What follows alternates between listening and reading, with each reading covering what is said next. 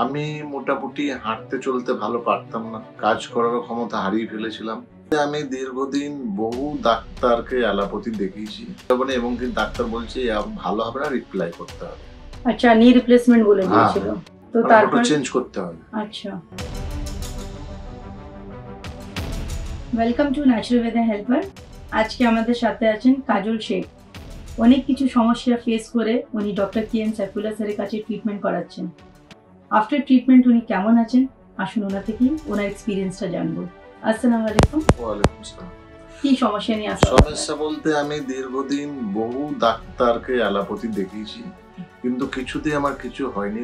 এবার একটু আমি ডিটেলস আপনার থেকে জানতে চাইবো, কি কি প্রবলেম ফেস করেছেন এত বছরে? আমি মোটামুটি হাঁটতে চলতে ভালো পারতাম না, কাজ করার ক্ষমতা হারিয়ে ফেলেছিলাম।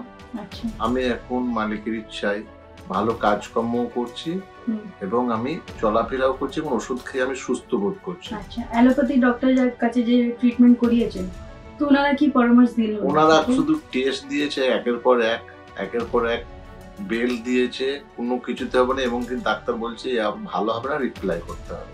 আচ্ছা, নি রিপ্লেসমেন্ট বলে দিয়েছিল। তো তারপর চেঞ্জ করতে হবে। আচ্ছা, আমি ওই না করে আমি এখানে কে এম সাইফুল্লাহ সাহেবের কাছে এসেছিলাম।